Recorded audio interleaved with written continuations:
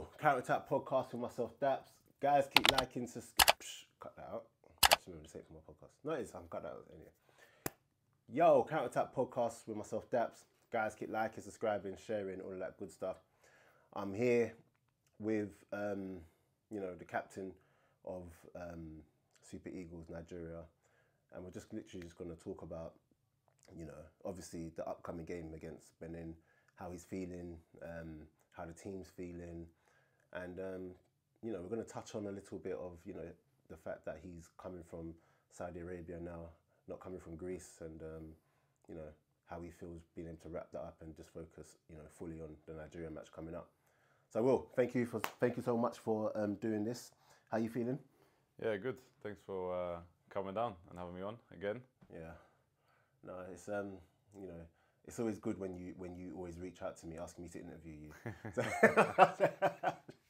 No, it's finally making time for me. Yeah. Yeah, no, mate, it's not easy. I'm a busy man, but you obviously wasn't involved in the last camp. But what's it like being back in and amongst the boys again? Yeah, I think it's always good. It's an honour to be here. Yeah, it's after the AFCON, the injury, a lot happens in the summer transfer window, coming back fit again, to being able to close that transfer window chapter as well, to come back and now just focus on what we need to do, qualifying for the next AFCON in Morocco. Yeah, I'm really happy to be here. I love being here. I feel like it's been, coming back home to a family. I know the boys so well. Also having Coach Egwavon with us now, who's been part of the team before. And then especially being here in Uyo, which is like my home ground, it's my home soil. So yeah, it's always a pleasure, and I'm just looking forward to the game on Saturday now. And you mentioned, being happy to be back amongst the boys now. And were there any like things that happened when you came? Anyone making fun of you, like, oh, you finally showed up again, or like, what was the welcome back like for you? No, it was really good actually. To be honest, I saw some of them when I was here in June when I had my foundation game, because we happened to be in the same hotel. Some of them actually came to play in that game because they were in camp. So it was nice to see them again. And I think everyone was just happy to see me back fit and asking me if everything's going well. So yeah, like I said, it's just like coming back home, and yeah, it feels really like welcoming and friendly, and an environment that I know so well after almost 10 years now. And since you've been gone, or since you last played, so much has changed with the, well, I say so much from the outside, but from the inside it's probably just business as usual, right? So, there's a new manager here, a new coach taking charge of this game. What's that been like for you coming into that, and what's the overall energy like in the camp? It's like something that we've experienced before. I think the longest time that I've had one coach here was Coach Gernot Rohr, who we're actually facing now when we play against Benin. He was here, I think, for almost up to 4 or 5 years. So we've seen some changes. Somehow I was actually happy to see a familiar face back with the team. And like something that we always say, it comes down to us, the players. We have a coach that organises us, puts us in the structure. But I think that we have enough experience as well within the playing group to make sure that we do the job. So I think as long as we have most of the guys fit and everyone here, then I'm always quite at peace, because I know it doesn't really matter who you put in front of the group. The responsibility eventually lies with us. So yeah, I'm just happy that it's all been sorted now, and that's the noise is quieted down a bit, and now it's our job to put everything to bed on Saturday, and then the game against Rwanda as well. And like you said, the current coach, he's been around, the team, and like you've worked with him before. So speak on the fact that the noise that's happening around the management issues and everything isn't really as noisy, or isn't really as much of a distraction, because it is familiar settings. Yeah, I think that's part of playing for Nigeria. There's always a lot of outside pressure, a lot of opinions.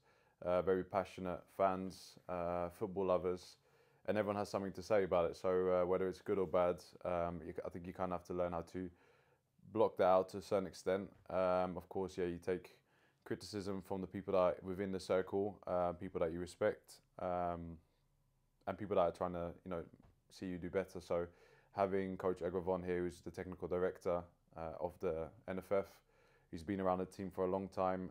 He's been close to the team, even when he wasn't appointed as coaches or interim coach at the time. gives that continuity that we need. And yeah, besides, I think his clear focus was as well just to focus on the things that we can control. You know, all the things that happen afterwards, like this interview, the things that happen outside of the pitch, is all byproduct of what we're actually doing on the match day. So I think now there was obviously quite some commotion because we didn't get the results that we wanted and needed in June. And however, now that's back in our hands again to try and change it. So I think we just like at peace with that, focused. Quite similar maybe during AFCON big moments when there's also a lot of noise going on around the team. I think how we learned to kind of block that out and just focus on the job on hand really. Yeah, and you know, looking forward to the match against Benin. You know, the coach of their team is one that you know really well, like you said. What kind of game are you expecting against Benin, and how are you feeling going into that game? Yeah, I think they're going to be coming here with more confidence because obviously the last game in June they had a result here for the World Cup qualifier.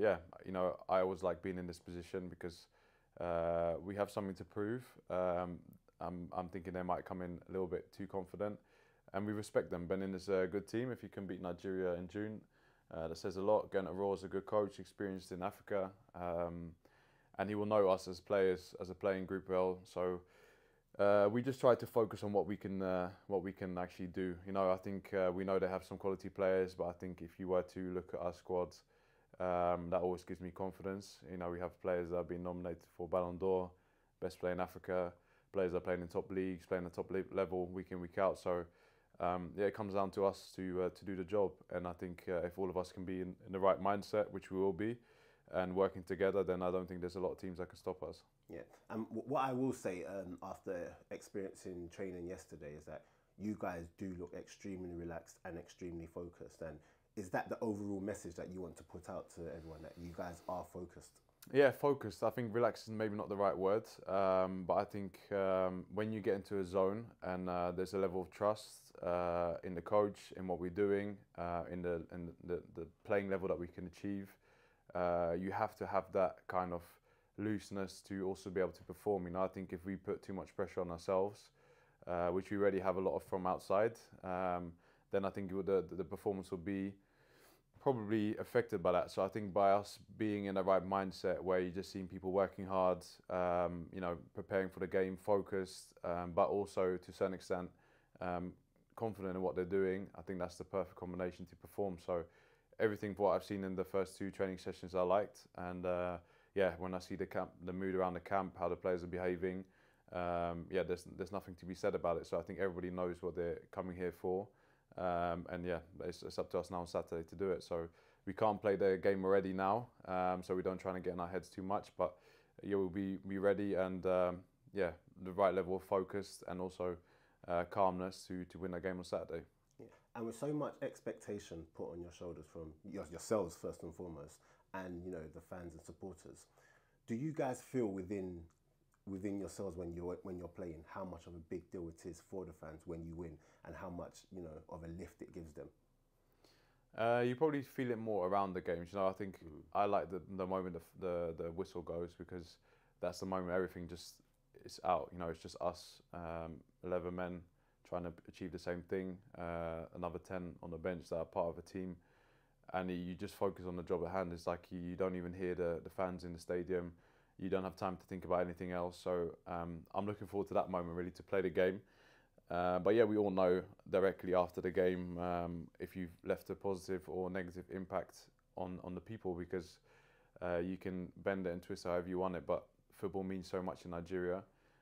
There's so many problems, hardships that are going on, and we understand that, and we know that, we feel that, and we try to bring joy to people, even if it's just for the 90 minutes that they can watch us, or that day or the day after.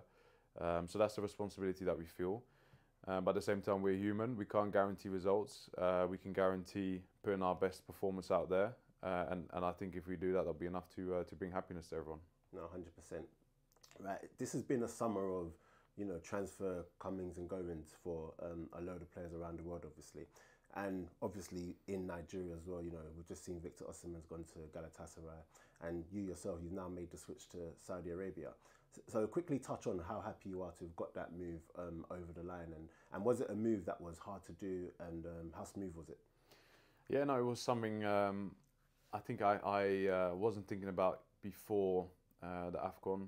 To be honest, I was playing in Greece at PAOK, playing European football, which we loved, ended up winning the league, something I hadn't done yet before. And this year we were aiming for Champions League. Now they've managed to achieve Europa League. So my mind was on that last season. I think during the AFCON I was very focused on just trying to perform with Nigeria. And then shortly after that, all the rumours started, the interest came, spoke with many clubs around the world, but there was a lot of interest from Saudi Arabia. So yeah, in the months after that, I was focused on getting fit again. Obviously, I had my surgery, my injury, so my agent was working on that. And then when we came together again at the start of the season, and we spoke about everything, then yeah, I made my mind up that that was something that I wanted to do. If the offer was right, and yeah, I got an offer that I couldn't turn down. So yeah, I'm 31 now and I have to think about the big picture. I think Saudi, the Russian Premier League there is competitive. You see the names that are playing there. My first game was against Benzema, Kante, Fabinho, Aouar, Diaby, you name them, everyone that, you know, players that are world level players. So but at the same time, it's also, everybody talks about the opportunity you have there to guarantee your future, think about my family, my kids. So yeah, this was a perfect opportunity for me at this moment in time. And I'm really happy that it went through, and I'm looking forward to the challenge that I've got there for the coming years. Do you think that people maybe do the league, this is in my opinion, I feel like they maybe do the league a disservice.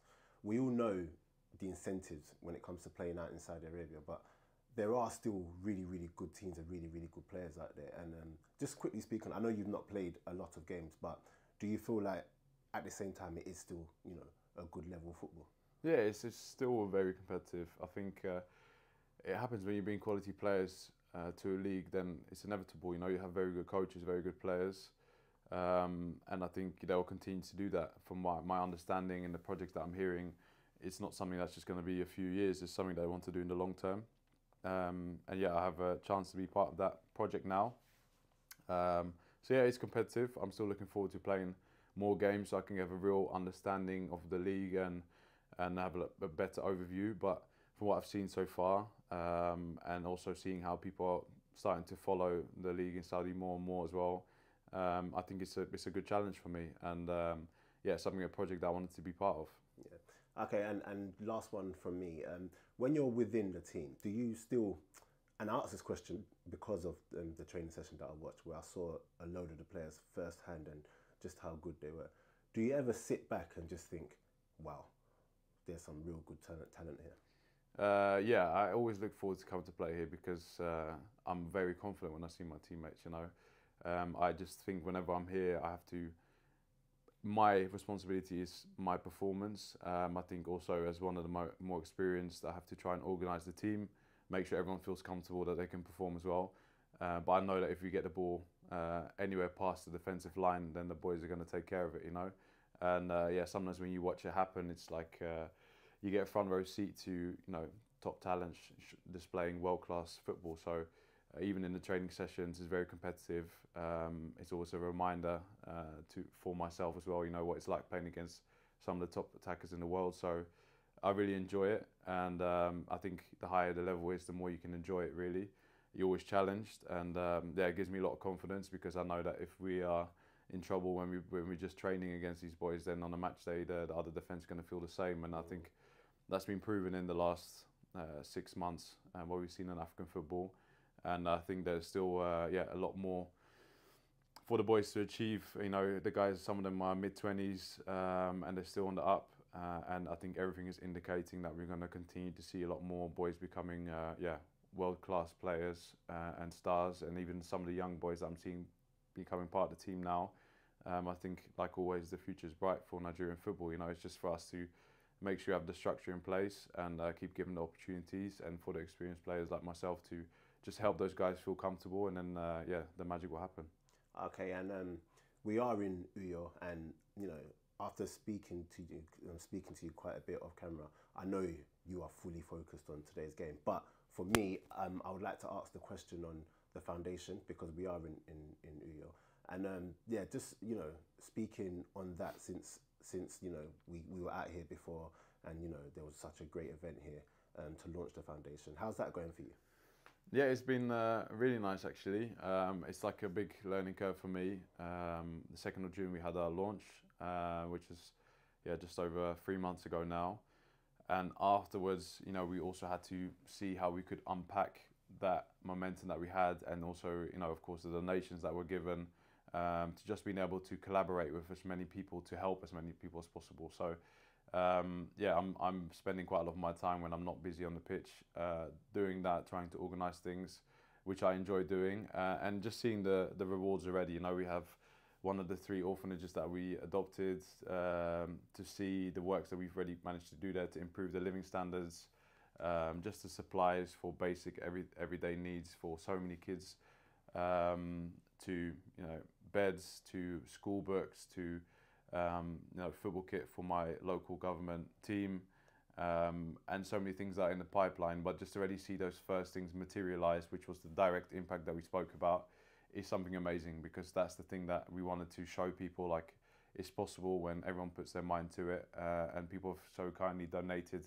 their time, their money, just their support, being interested and having that conversation with myself or other people from the foundation, to move things forward, is the thing that's really been key. And we can already see some small rewards, but there's a lot of seeds that have been sown, and I look forward to seeing how that unpacks in the next 12 months, 2 years, 3 years, and as long as we can carry on pushing on. Okay, and sorry, the last question for me. I asked this to Bassi the other day. If you had to pick your top 3 fastest players on the team currently here at camp, the top 3 speedsters, who are you going for? Top 3 speedsters, I would have to put Ola Aina in there. I would say Simon Moses.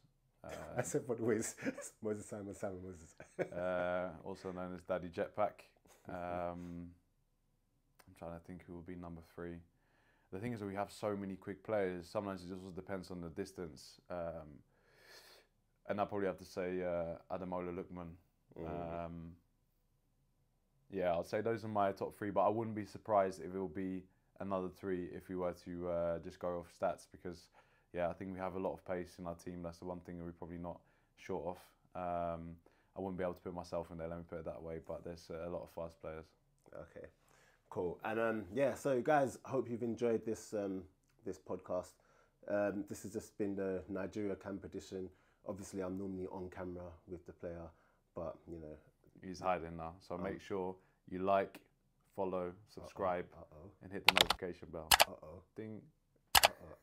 Okay, guys. We don't need you on camera anymore. to come in to take my job. All right, then, cool. Guys, that's it. We're out in a bit.